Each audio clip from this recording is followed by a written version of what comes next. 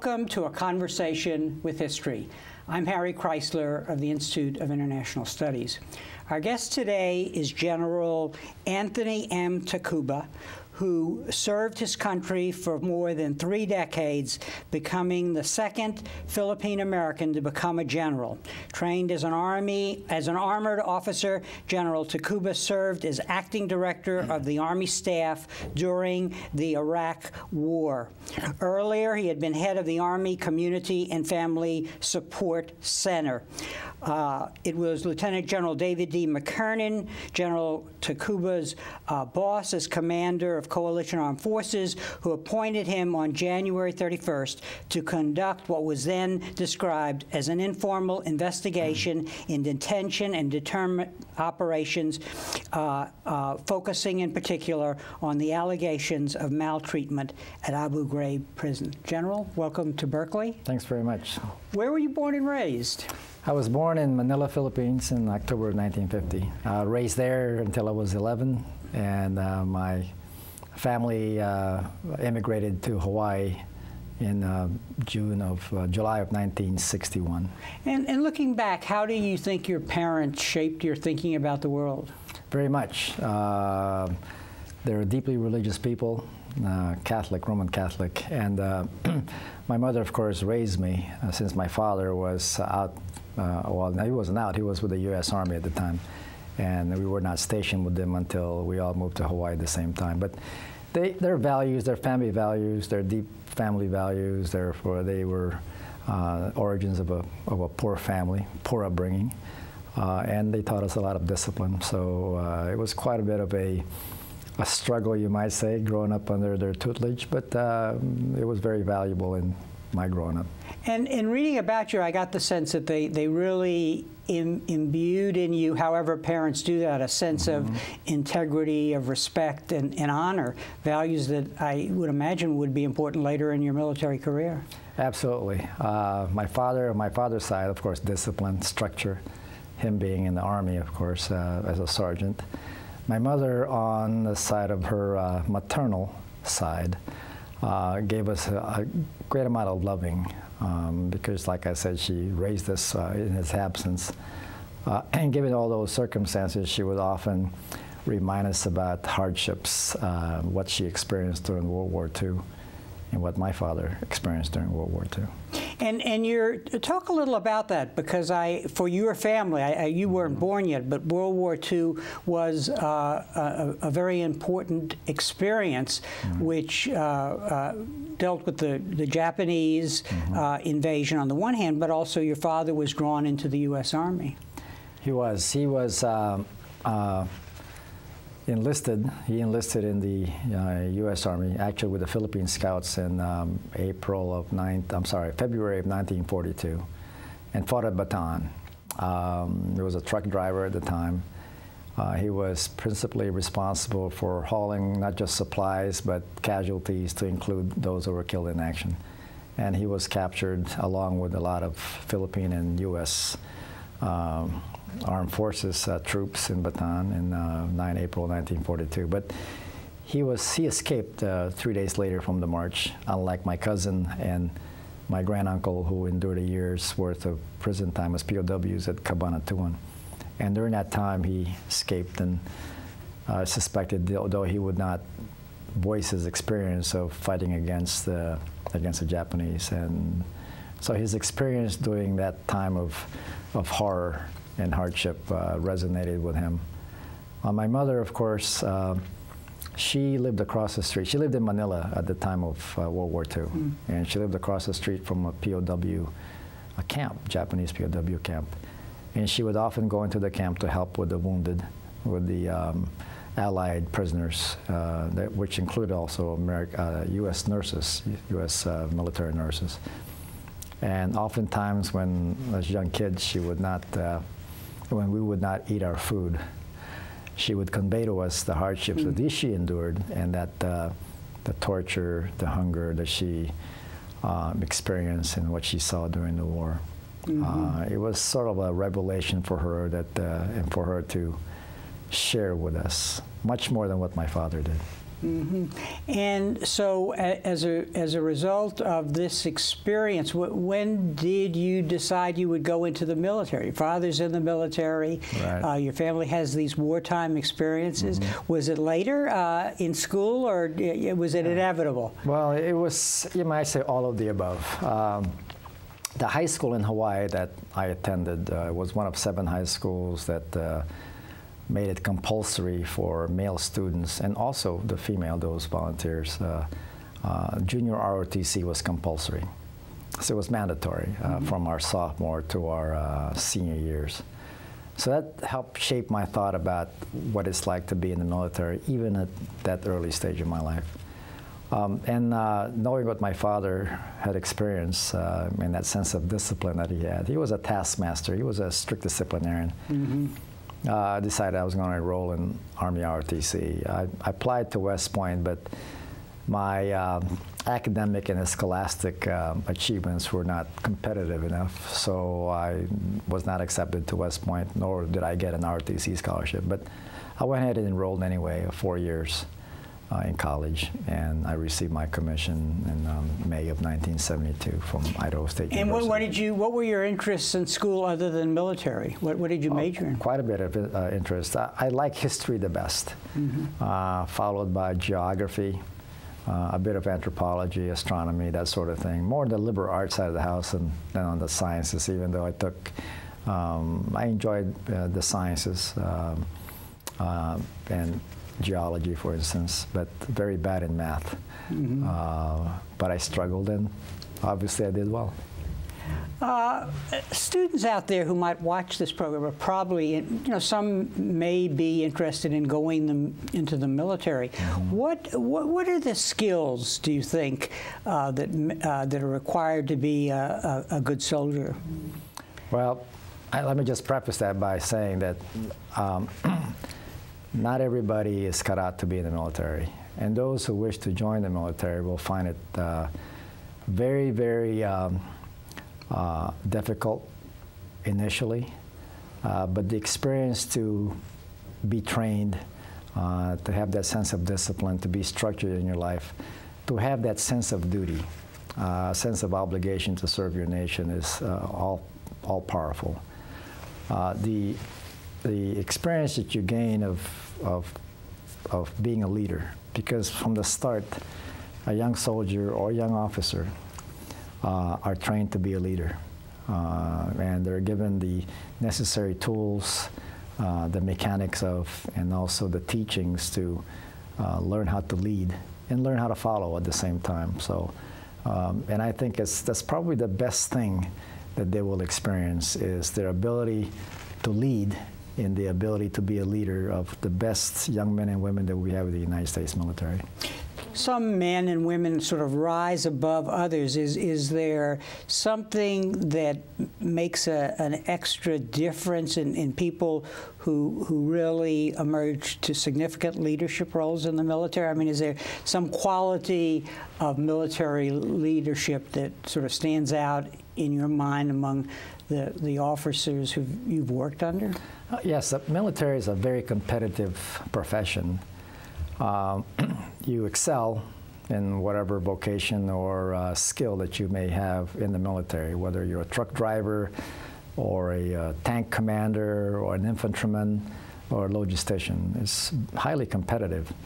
And those who rise to the occasion are the ones who show that character. It's kind of indescribable, but they know when they shine, because people don't, soldiers typically don't question their desire to follow this young leader. They're very caring. They show compassion towards their troops. They're very decisive. They're very deliberate.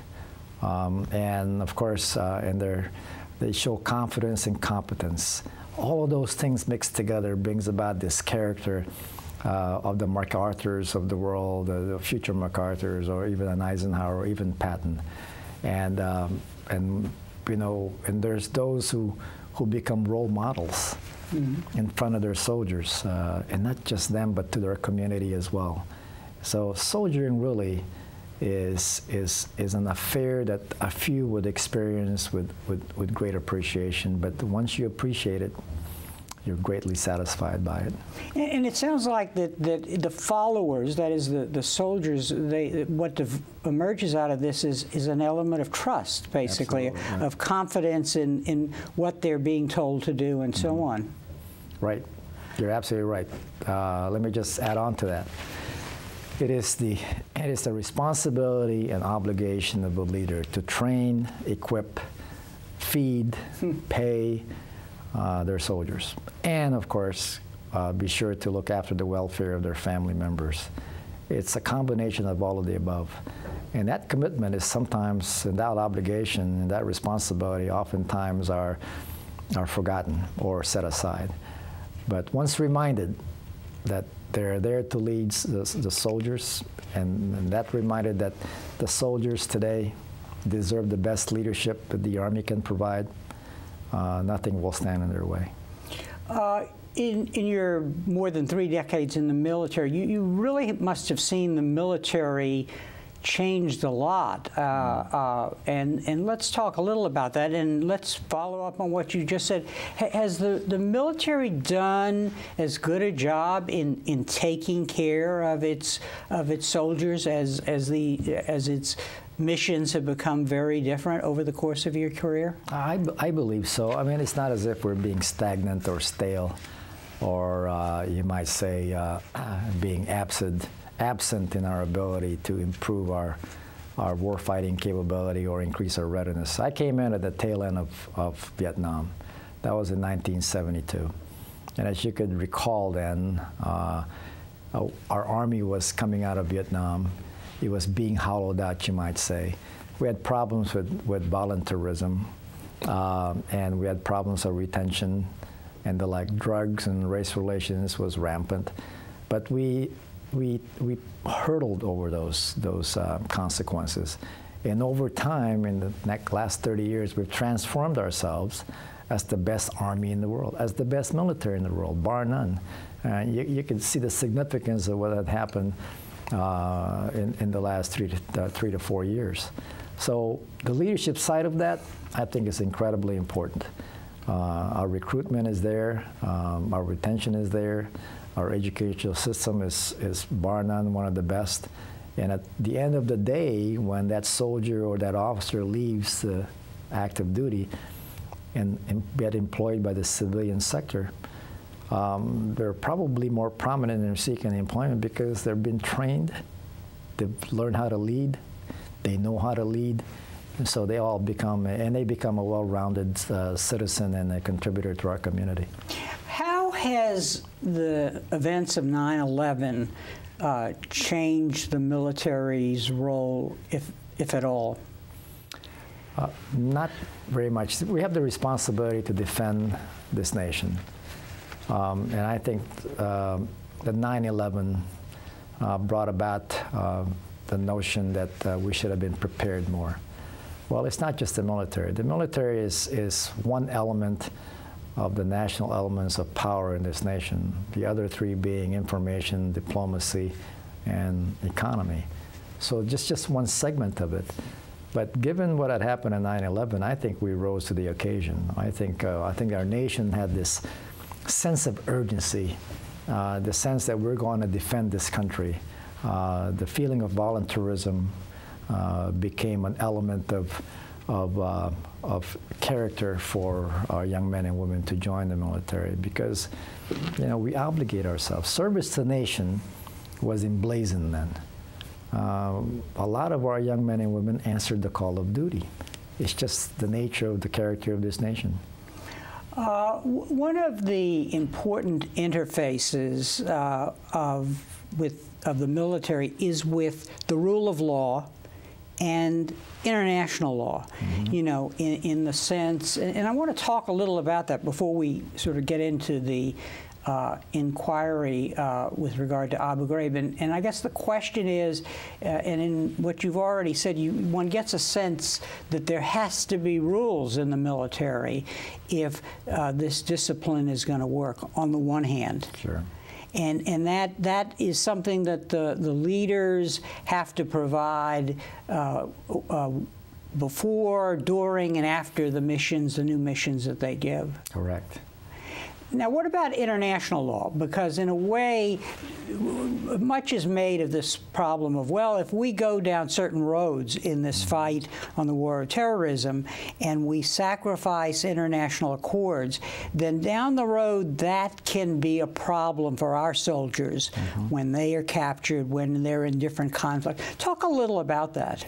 Let me go back to your first statement. Yeah. From the very first time a soldier enters training, what is expounded on them are the military values that we have. Each services have their set of values, but what's common amongst the Air Force, the Navy, the Army, the Marines, so even the Coast Guard, are the elements of selfless duty, the element of honor, the element of integrity. I mean, those are the three common things that resonates amongst the three services. Then they're given training on the international law, most appropriately the Geneva Conventions. That is trained upon them, that is reminded upon them. We also have a set of doctrine, policies, regulations, you name, that guides us and that governs us in terms of our practice of soldiering, being a Marine, being an airman, and being a sailor or being a Coast Guardsman. That is rigid, but we're not perfect. So when somebody strays away from those sets of values and policies and whatever have you, we guide them back to those elements. Because if not, and if we violate those things, we are also governed by the Uniform Code of Military Justice. We separate and distinct from our civilian laws.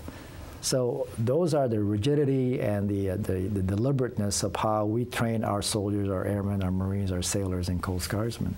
So we are a reflection of the institution, much more than what I should say, as expected when our founding fathers crafted the Constitution. Mm-hmm. Now, when the Bush administration launched the war on terror, it creates a kind of a new set of dilemmas, it would seem, or is that correct, in how one approaches the battlefield? Because I think some of these issues are clearer when you're fighting a traditional nation state.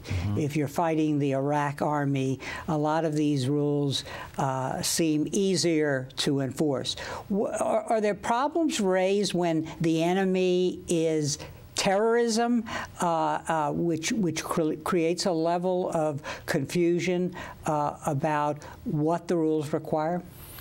You know, that's a question that sometimes gets people to struggle in their thinking. You know, we've been fighting wars in modern times today, whether it was the Spanish-American War, of course, the Civil War, World War I, II, and whatever have you. And each time, we are governed by a set of rules of law. And most of the time, they're governed by international law. And you're going to have torture, you're going to have mistreatment of civilians, you're going to have destructive effects of destroying a country, for example. It's its infrastructure. But rules are made over time. So you might say, is terrorism a new kind of war? Well, perhaps, you know, but things were written to try and ameliorate those things that are sometimes difficult to govern. Well, the French did that in Algeria. You know, they did that in Vietnam. We were also involved in My Lai, if everybody could remember that. T.E. Lawrence was killing a lot of Turks and whatever have you. But there are certain rules of law, laws of warfare, the Geneva Convention, and we have courts, the international courts at The Hague, for example, that are set upon or established to deal with these things. But you can't rewrite or create a new set of law and say that we have a new kind of warfare. You know, it's kind of a misguided thinking. If you sign the experts, you know, there is one thing that actually have remained steadfast in the kinds of conflicts that we've fought. And that's our Constitution, for example. The 4 Geneva Conventions that were written over time, that have set the stage for us to follow the rules. Because if you're going to change the rules so we can fight a new kind of war and lower those kinds of rules to the same level of no rules that our adversary are fighting, you know, it's kind of rather disingenuous, you think. I think, because we should hold ourselves to a higher moral standard and not lower that because there's a new enemy fighting out there. If we do that, we lose the high moral standards by which our country was established, and the higher moral standards that we ask our military to train our soldiers and our military forces. What is right for our military forces ought to be right for the civilian authorities, not two sets of standards. Otherwise, we lead ourselves to ambiguity, and it's ambiguous and it's chaotic enough to fight a war without creating another set of ambiguous set of circumstances or rules of law. It sounds like to a non-military person who's thought a little about this, that if you deviate from the line you're describing, that you're doubly cursed, because it must ultimately affect discipline, which the Army needs to run a military on the one hand, and then it sets you up in the second case to be subject to entice other adversaries to do the same thing to our soldiers. Right. Exactly. For example, there were over 190 signatories to the Geneva Convention. So you find a legal opinion that suits you, suits our country to fight this thing called extremism. So once that's written, of course, vetting it with other countries would probably take a long period of time. So you create one for the convenience for a United States, for example, to fight that war without consulting the other countries and saying, well, what do you think? Well, okay, I don't think that was done properly. Or having that country, another friendly country, that says, okay, that's appropriate. But at the same time, are they willing to risk their forces to subscribe to something that is questionable? Because the other enemy may not have the same kind of rules or will not follow the rules, but then would use that as a stage to say, see, I don't have a rule, but you're violating your own rule. So does it make it right? I don't think so. Let's now talk about the inquiry that you led, but before we start talking about that, I have the sense, and I think it's important to emphasize this, that your personal story and what you learned from your parents positioned you, together with your understanding of the rules of war and the rules that the Army must live by, to be well positioned to take on this assignment. So that's an observation. So the question is, well, what was the assignment? How did the inquiry into Abu Ghraib wind up on your desk? Funny you should mention that. Of course, I had the misfortune of doing that, but at the same time, I think I had the fortune to contribute to correcting the revelations, at least from the military standpoint. Yes, it's true that my family value was born out of that, but more importantly, the training that I received in the military was very valuable in shaping my thoughts. And the great leadership that I learned, the great values, I should say, I learned from the leaders that had entrusted in me the ability to lead soldiers and passed on to me, shared with me the essence of great leadership, led me to think that if it doesn't look right, it won't look right. And I was directed to conduct the investigation because I was available. I was there. And they wanted to do this rapidly. So, and then at the same time, I had a team of soldiers that expected me, as their leader, to come to a conclusion that Abu Ghraib was not right. Because if I deviated from that thinking to even have them perceive or think or assume that I was trying to cover up by manipulating or editing or contriving a false report, then we all collectively have violated the sense of trust, the sense of honor, and most importantly, the integrity by which we are supposed to uphold. I have a quote here that I believe this is from your Senate testimony, where you said, "As I assembled the investigation team, my specific instructions to my teammates were clear: maintain our objectivity and integrity throughout the course of our mission in what I considered to be a very grave, highly sensitive, and serious situation. To be mindful of our personal values and the moral values of our nation, and to maintain the Army values in all of our dealings, and to be complete, thorough, and fair in the course of the investigation." I believe that. So the pictures were out there of what had happened, and were you shocked by what you found in the course of the investigation even more than the pictures had shocked the country? I was extremely disappointed. I was angry. I was in disbelief, more so than just being shocked, because it was unsurprisingly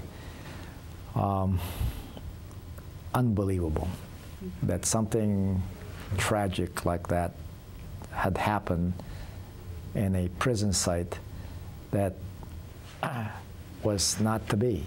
And then it opened up a whole series of investigation that if it happened there, gosh, it could have happened elsewhere. And it did. There were cases of investigations in Afghanistan.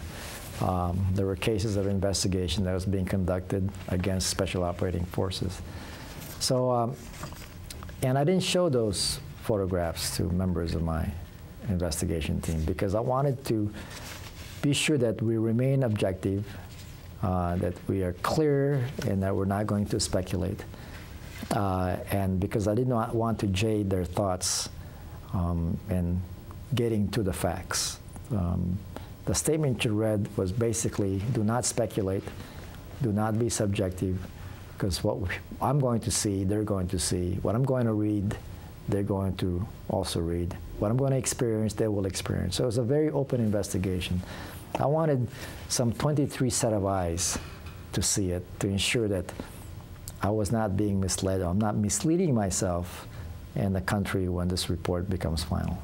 And we should emphasize that the charge of your investigation was to look at the military police at Abu Ghraib. So it wasn't a broader investigation of the Defense Department or some broader context than that, correct? Yeah, it was originally that.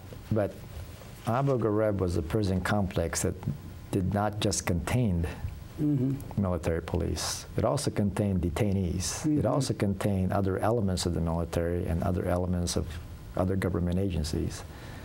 So you can't say just inspect these military policemen because they were associated or were being supported or were involved in with other elements of U.S. and coalition forces.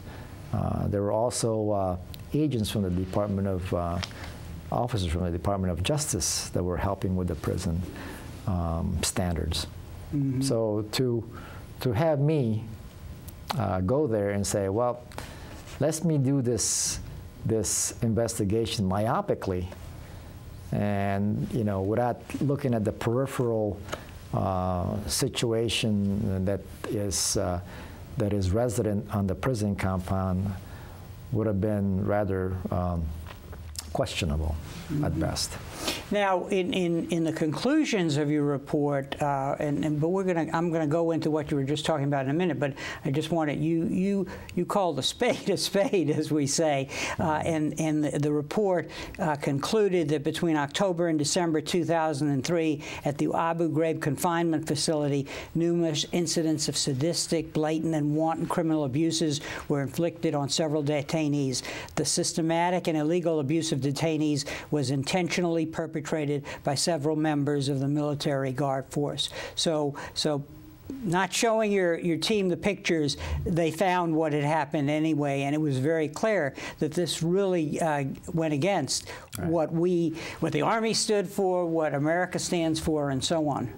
Exactly. Yeah. You know, that was, our investigation was preceded by other investigations, and most notably by visits of the International Red Cross. And there were reports of that. They've made several visits, and they documented their visits, and they documented their observations and what they saw. So, you know, the revelations that we exacted on the investigation was a follow-up to all those things. But the investigations, or not the investigations, but the reports done by the International Red Cross or other investigations was a series of disjointed investigatory events, you might say. You know, one would say that, hey, something is going on here. Let's put all things together and say, oh, gosh, there seemed to be a trend here. And the trend, of course, was included in our investigation, and then a dozen other investigations occurred over that. Mm-hmm. Now let's talk about this puzzle that you confronted, which you were talking about a minute ago. And I think as an introduction to our audience, you have here a war on terror, which we've already talked about, where we're rounding up terrorists and alleged terrorists all over the world and shipping them off to Guantanamo. That is part of the war on terror. We have now invaded Iraq, where we have an enemy, presumably the Iraqi army, Saddam Hussein, and so on.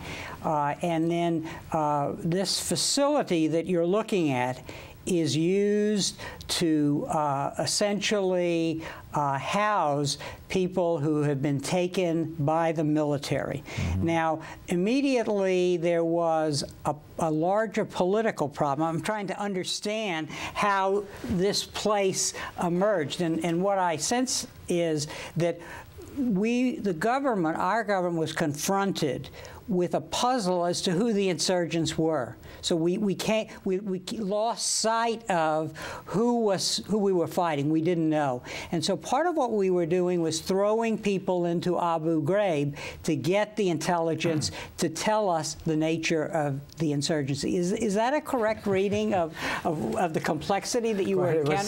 It was very complex. I was talking to several Iraqi people. And that is detainees or just just regular citizens that said that when Saddam Hussein was in power, they knew who the enemy was. Mm-hmm. But when the United States and coalition forces arrived, they don't know who the enemy is. Mm-hmm. The Iraqis don't, yeah. Right, because there are so many elements there. Yeah. And they welcomed us. I mean, you know, 3 decades of a brutal regime, and then somebody else would come in and rescue them was very appreciated very grateful by the Iraqi citizens. But then when you know the forces of Saddam Hussein's military somewhat disappeared, you might say, and then they became either Fedayeen at the time. We had labels for them, former regime elements. You got the Ba'athist people. I mean, there were so many names. There were so many factions. And if you saw the 60-minute interview done by Mr. George Pirro on Saddam Hussein, he said, you know, he couldn't fight a large force, modern force like the United States military and its coalition friends. So they went to revert into what they call the secret war. Well, okay. So you went from fighting a conventional force to fighting elements of extremism that yet to be identified conclusively that kind of gravitated into an insurgency. So you capture all these people. They're either criminals or they're terrorists or associated with terrorists or whatever have you, and you got to put them somewhere. And also, you know, when Saddam Hussein was still in power and we're on the eve of our invasion, started releasing all these prisoners, about 20,000 of them. Well, you got to put them somewhere. You got to put them in 6 prisons in Baghdad, or large detention camps. One of them, the largest, of course, is Abu Ghraib. The others was Camp Bucca, Camp Cropper for the political prisoners in Ashraf. So that facility, being the largest of it, held, oh gosh, between 8,000 to 9,000 prisoners at the time, or detainees at the time we were there. And I asked the question of my peers when I was doing the investigation of why do we have it at Abu Ghraib? Why don't we put it outside somewhere in the open desert where it's not next to another unit, to another city, because that prison was actually in the town of Abu Ghraib, where it was being shelled incessantly, mortared incessantly, sniped at incessantly by the enemy. And not only are we detaining, but we're also fighting and interrogating and collecting intelligence and whatever have you. So they're in high jeopardy in that site. And of course, it was not exactly the prime location to have a detention site, but it was there. The reality is you have a compound, a hard site, you might say, with all the walls, even though it was damaged, to hold those prisoners, whether they're detainees or whether they're criminals being held by the Iraqi Iraqi police. So, but what is there? Is there one element that stands out in your mind in retrospect with regard to the mission that led to this failure? In other words, as I understand it, military intelligence was using military police to essentially prepare some of these detainees for what intelligence might do to them to get information about the nature of our adversary? Well, detainee operations in Iraq were fragmented to begin with. There was no unity of effort, you might say. There was no single element that says, I'm in command of all detainee operations in theater. It was given to a commander of MP forces. And she was made responsible for all of that, for detention operations, which to some people think it's separate and distinct from interrogation operations, but they're actually within the same segment of conducting that type of thing. So either one of them have to be in charge. Well, at the time, the military police was either undermanned or did not understand their mission, and then the pressure given to the intelligence collection community was that get me the actionable intelligence and do whatever resources that you have. So there was a tension, a conflict, you might say, but clearly you had two sets of missions, but there was no concentric element in there to put them all in one unified effort. So, and that causes ambiguity. So, whatever successes was being held at Guantanamo was applied over there, or at least in terms of what the people said to me during my interviews of them. But that ambiguity existed. And ambiguity leads to chaos. If one does not understand what the other is doing, then it just happens to be on the same side, and then you infuse other elements, contractors and OGA elements in there, and you ask the question, who's in charge? Nobody wants to raise their hand, but clearly the commander of the forces in Iraq is in charge.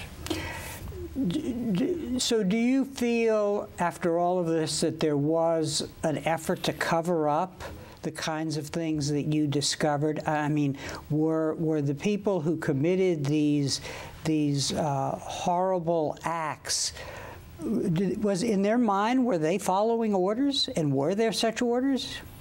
I did not find anything written otherwise, and I'd hate to speculate on that.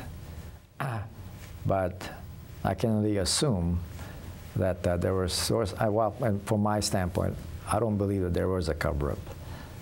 What I believe was that it was held in such secrecy, a lot of the conduct that was being done, and people were not policing themselves. There was no oversight of those kind of activities. It was left to the vices of lower soldiers and other elements in there, that they were not checking themselves for procedures, proper procedures and the like, because they're stressed. They're told, get me this stuff and get it to me soon. Well, if you're undermanned and you're not resourced properly and there's a war going on, you're going to try and get that. But I'm driven by a piece of regulation. It was tri-service regulation that said that the stresses of combat is not an excuse for abusive or illegal actions at war. You know, I was driven by that particular comment. So we pride our military, for example, to follow their conscience in making sure that what we do in the conduct of war is proper. Because if we do otherwise, it's not just them that's going to answer for it, it's our nation that's going to answer for it. But unfortunately, there were some leaders who somehow forgot that. In the military or in the political side? I think both sides. Because there's got to be a congruency between what policy says and what the military has to apply. If you recall, the policy on torture was vehemently opposed by the military's legal councils. If you recall that. Yes. Okay.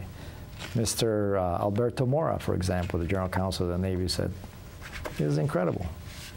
General Hudson, General Counsel of the Navy, said, this is atrocious. We have one of this and one of that, and then you're asking us to apply that.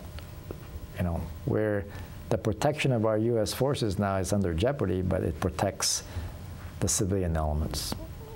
I find that rather incredulous, to say the least.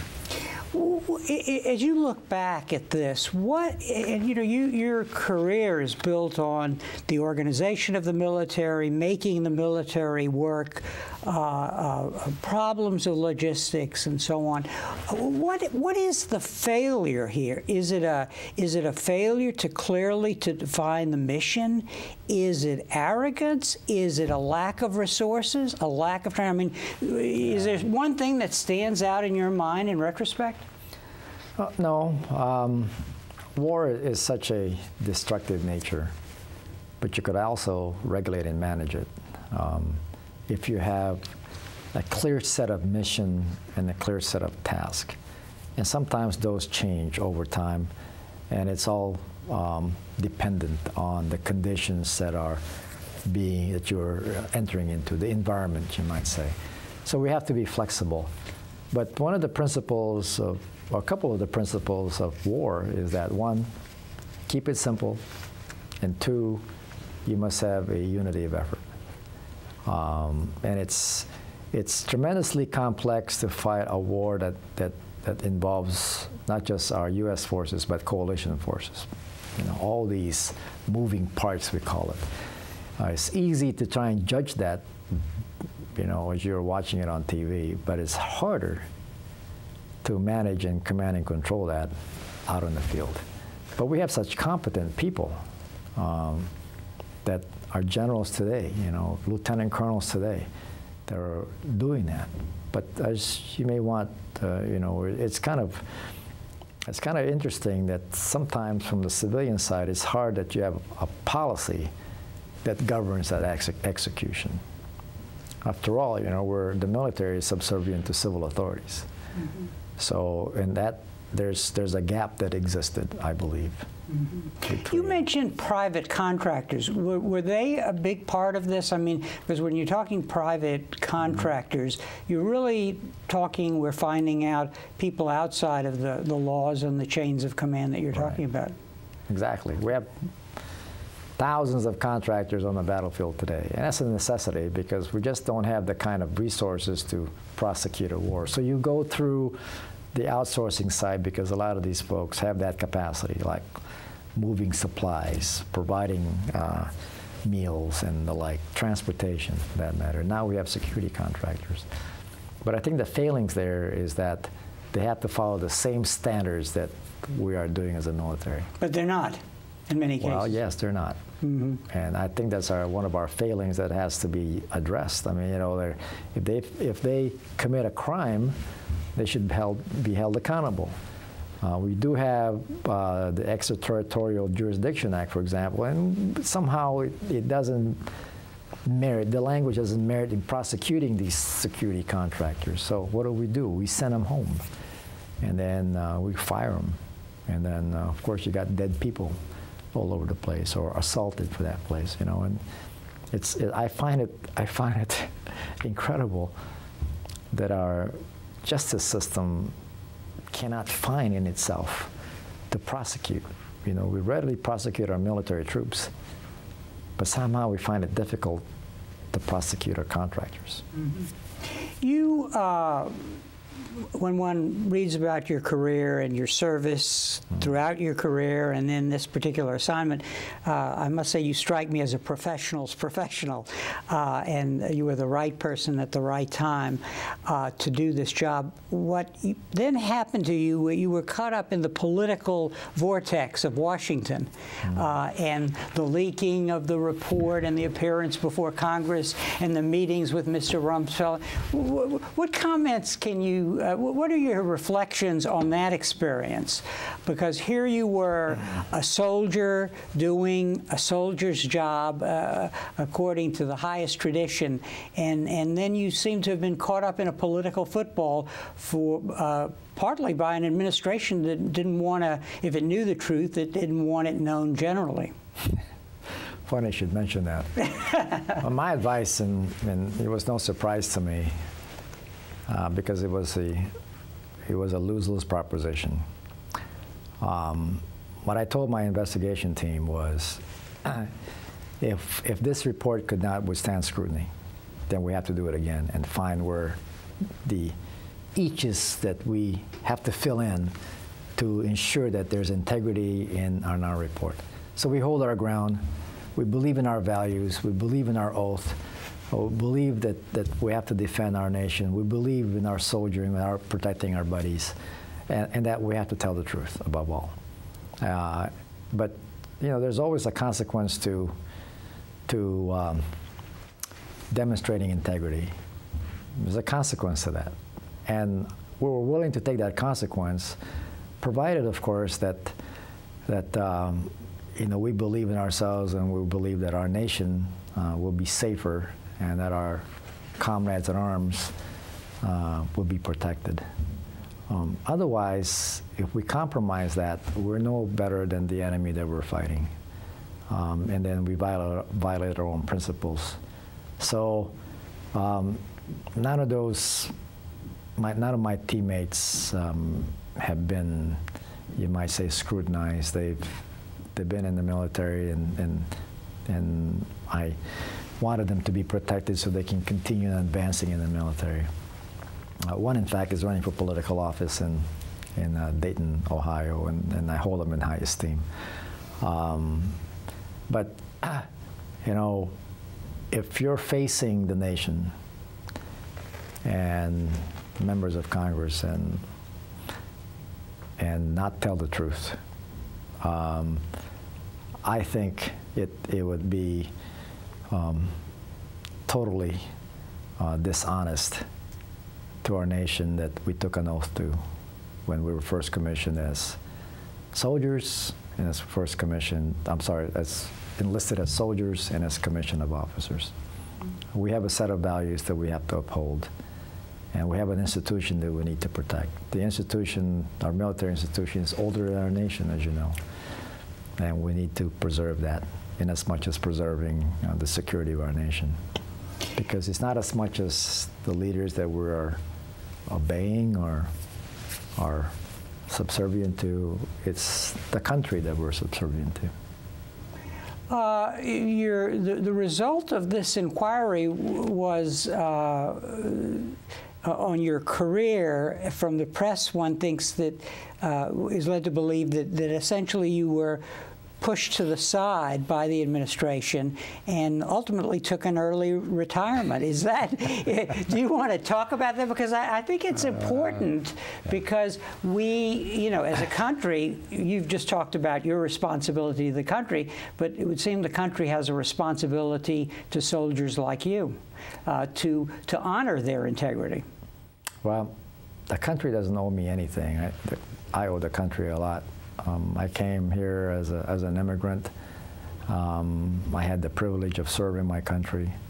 have the exceptional and honored privilege of leading soldiers and caring for their families. I mean, it's indescribable to have that feeling. But I don't question openly why I was asked to retire. And I was told by sources in higher places that I have now become the enemy. More than several times that they want to get rid of me because, you know, I was incompetent. I should have said what I said. I should have agreed with the party line. I just don't subscribe to that. I have a greater responsibility and obligation to a country that was fortunate enough or was generous enough to put me in a place where I could serve them. To think otherwise would be, you know, a compromise of my own set of principles. Mm-hmm. Interestingly enough, if we go back to the story of your father, in a way, he never got the recognition that he deserved because of his heroism in World War II, and you were able to do something about that. Yeah, that was a great thing. He retired in 1962, and I remember him going to work that day. And I knew he was going to retire. And so he goes to work. He comes home with his packet and certificate. The next day, he goes back to work because the unit he was with in Hawaii was being deployed to Vietnam. And he remained dedicated to that. So over time, you know, I was somewhat mesmerized that when I see his picture on the wall there in our living room in his earlier days, he has a lot of service medal, you know, one of those, I've been to Asia, I've been to this, but no medal for achievement or for wartime service and the like. So I researched it and found out that there was a lot more to what he did. I read his record, and I was intrigued by it all.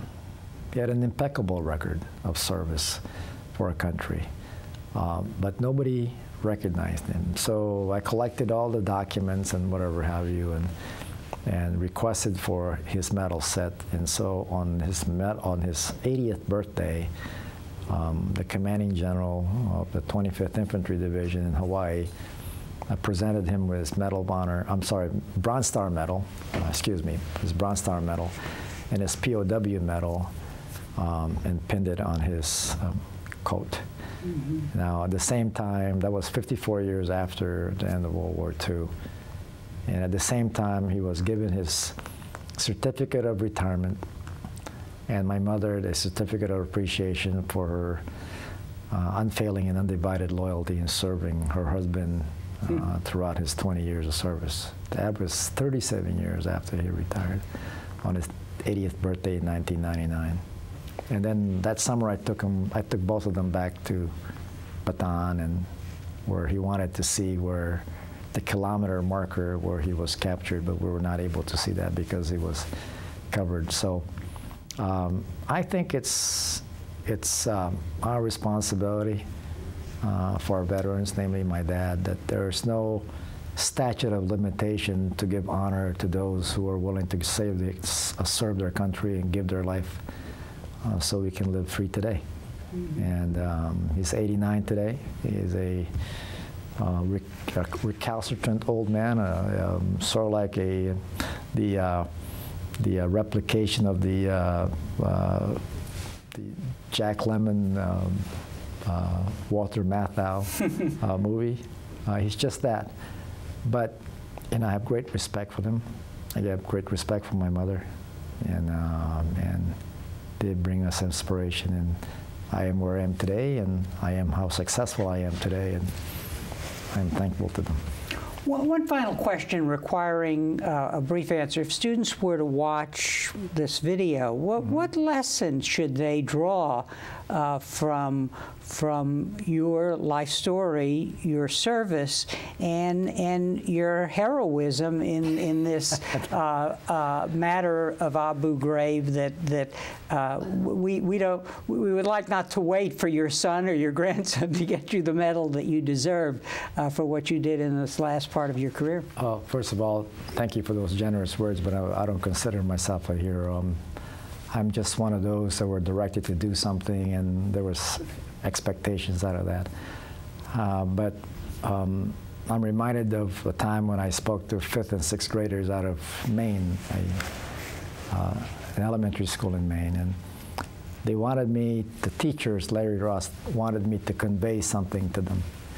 And the same thing when I conveyed to the students, not just at UC Berkeley, but the students who are the captains of our future here today, that at the end of the day, what matters most of what you do in whatever place, location, at the end of the day, what matters most is integrity and dignity.